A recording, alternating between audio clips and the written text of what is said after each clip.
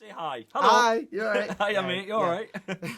So your new DVD comes out at the end of November. Yes. Obviously, it's about growing up, kind of having to Be dragged Right, kicking yeah. and screaming into an adult world is Exactly. the tagline I used. Yeah, it's not even about growing up, because like I wanted to be really careful, like, because you get like, I'm 29 and you get like 30 something or 20 odd year old comedians going, I'm getting old, and Yeah. like you're aware that there's like, you know what I mean, pensioners in the crowd going, shut up. Like, you're not getting, shut up, right? So it's not an age thing. It's about when you class yourself as a grown-up. This thing that when you were younger, you would always hear, oh, you'll understand when you grow up. I'll tell you when you grow up what do you want to be when you grow up. It was always like this moment where it's like, oh, and so it just dawned on us recently where I was like, am I a grown-up? Like, when are you supposed to be a grown-up? Like, you see memes all over the internet, people saying, you know, you're a grown-up when, and there's different parts of everyone's life, I think. There'll be parts of your life that are very grown-up and very, you've came down to do an interview and blah, blah, blah. And then, do you know what I mean? You might sit in your pants playing on Super Mario on a Saturday afternoon. So that exactly, you do. Yeah, I was there. I was looking through the window. So, do you know what I mean? So it's that whole thing of like, when are you supposed to be? And I just basically, it's weird because whenever you lay down the sort of the theme of a DVD, it sounds like it's a lecture or an essay, and it's like, and I've been discussing, and it's not. That's just the theme that I used to push all my stories through this year. Like I just do. It's stories about my life. It's different things that have happened to us, and it's anecdotes, and there's a narrative, and yeah, it's just what I do. But this one's themed on growing up. This one's themed on growing up. Hence the Lego.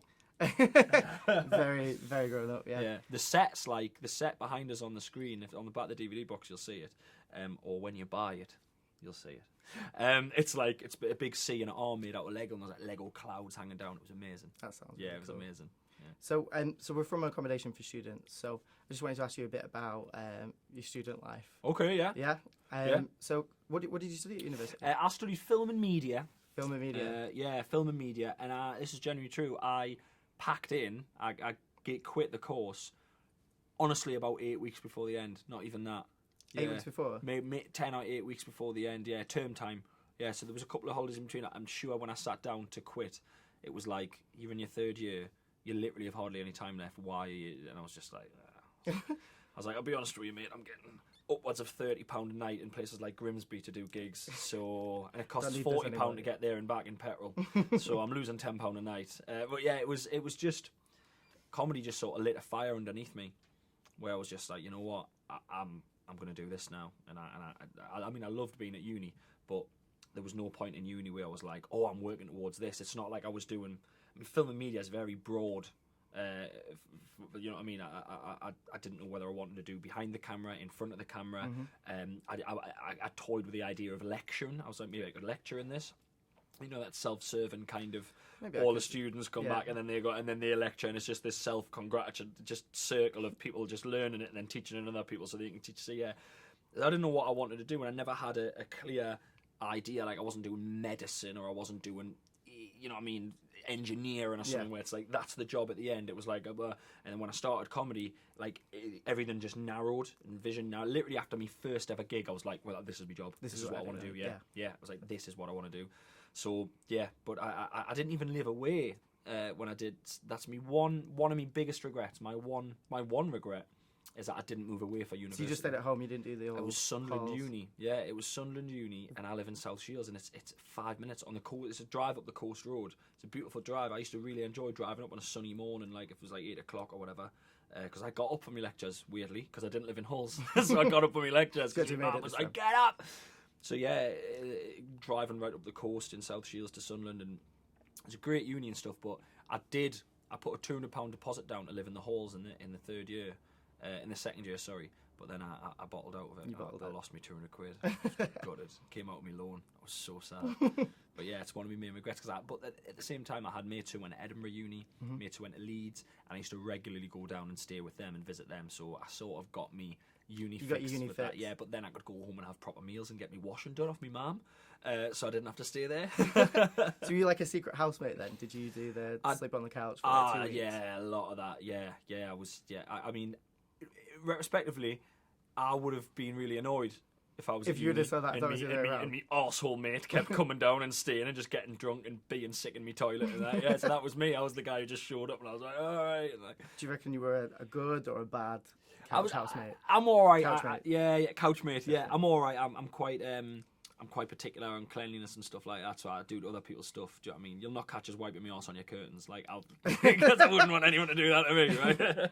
So people that just wake up in the morning and the living room would be tidy. And Yeah, it'll be tidy. My Christmas stuff will be again. folded up, and I'll be sitting there having a cup of tea, watching something on the telly. Yeah, I was all right. I wasn't that bad. Yeah, unless I was hungover, in which case I'd be lying there crying and you'd have to console us. Yeah, That's nice. So you've got a new younger flatmate. Recently. Congratulations. What a lovely way of putting it. Yeah. I've got a lodger. Yeah, I've got a new lodger. New tiny lodger. I was going to ask you, is that the worst person you've ever lived with? I mean, obviously he does obviously shit it's himself amazing, quite but a lot. Yeah, he shits himself. Yeah, when he's got a problem, he's very vocal about it. No, it's having a baby is. I mean, I've only been a dad for 2 weeks. 2 weeks. Yeah, he's literally 2. He's 15 days old now, and it's amazing. It is just like.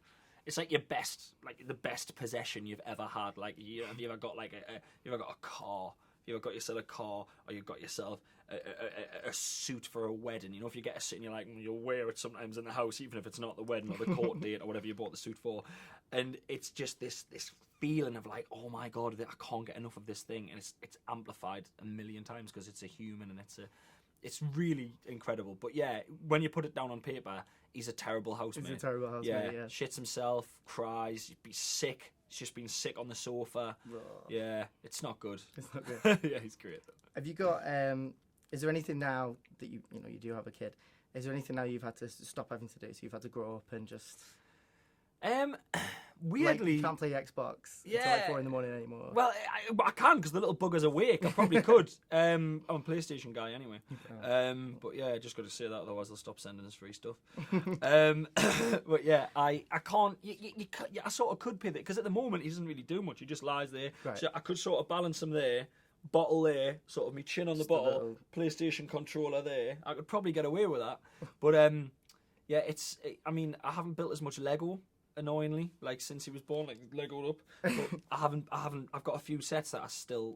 You still play with? That sounds not that flavor. They're for him. The way I said it, it was like I had work. It was like I've got a backlog of a few sets that need building. You know, I've been snowed under. I'll get there. Like it sounded like I was a mechanic. Like I've got a few. I've got the Simpsons Quickie Mart that I need to build. Nice. I've got the Sandcrawler, the Star Wars Sandcrawler, yeah, and I've got the Big Bang Theory. You can get the Big Bang. You did that one. Yeah, it's just the sofa, it's the little room and all the characters. I've got to build them, but I haven't really had time because you sort of get 3-hour stints of peace when it's asleep. He's asleep. Jesus. When wife, I didn't say it. When Robin's asleep with baby, you get 3 hours, and then he's up, and then you feed him, and then you sort him out, you change that, and then you put him. So you get 3-hour stints. So I'm gonna get the Lego back on the go very soon. Get the Lego back. Very soon. Yeah. I'll have to wait. Yeah. Sterilising bottles is my new thing. Sterilising that sounds bottles. so much fun. But, mate, at 3 a.m. in my house, it's like Breaking Bad. I've got like a mask on, I've got tongs, I've got things going on, there's potions bubbling, microwave going. Yeah, sterilising bottles is me new one. That sounds so much exciting. I can't wait to get older. Nothing to do with age. So what point did you say to yourself then? You were talking about saying like, oh God, this is the point I'm old now. Yeah. What was the realisation? Grown up. Not old. It's nothing to do with that. I've spoken to people in the crowd. I've spoken to like 70-year-old blokes who are like, no, I'm not a grown up. And I've spoken to like 18-year-old lads who are like, I'm definitely a grown up. So it's a frame of mind thing. But there isn't really a moment, and that's what I discuss in the show. There's not really. There's a few different moments, but they can all be overcome by the fact that if you in your head go, yes, I have got a baby, or yes, I have got an accountant, or yes, I have got a mortgage, but you know what? I'm not a grown-up. Do you know what I mean? You're as grown-up as you want to feel. It's the way you go on. It's the way you think. It's your outlook on life. And even though I'm talking about grown-up things in the show and being grown-up, I like to think the angle I take on them, people will be able to tell. They'll be like, it's definitely not a grown-up the way he's talking. I mean, you're making... Just the way it's spelt as well. Growed. Yeah. The clue's in there. Okay, brilliant.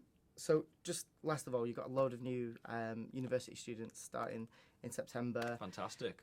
Obviously, you did your 3 years. Is there anything that you could... 2.5. 2.5. We'll round it up. Is there anything that you could, like, any advice you can give them for the next 3 years? Right. Best advice I can give to students. On the first day, you lower your friend-making standards drastically, right? You will borrow a pen off someone on the first day, and that prick will follow you around for 3 years, right? So careful who you hitch your wagon to straight away. Play it cool, maybe a bit aloof until you find what's going on. Don't spot someone who went to your school or someone from your town and go and latch to them, because that's not what you're there for. You're there to meet new people and stuff like that. Do your washing up, right? Because it's irritating as anything, right? Domino's vouchers, Tuesdays. 2 for 1, 2 for 1, 2 for Tuesdays. You can't say no to that. And condoms. It's the best one I can get. There we go. Condoms. Nothing worse than having a stingy wee. Great. Right. Well, thank you very much. Condoms. This episode of Sesame Street was brought to you by the letter C and the word condom.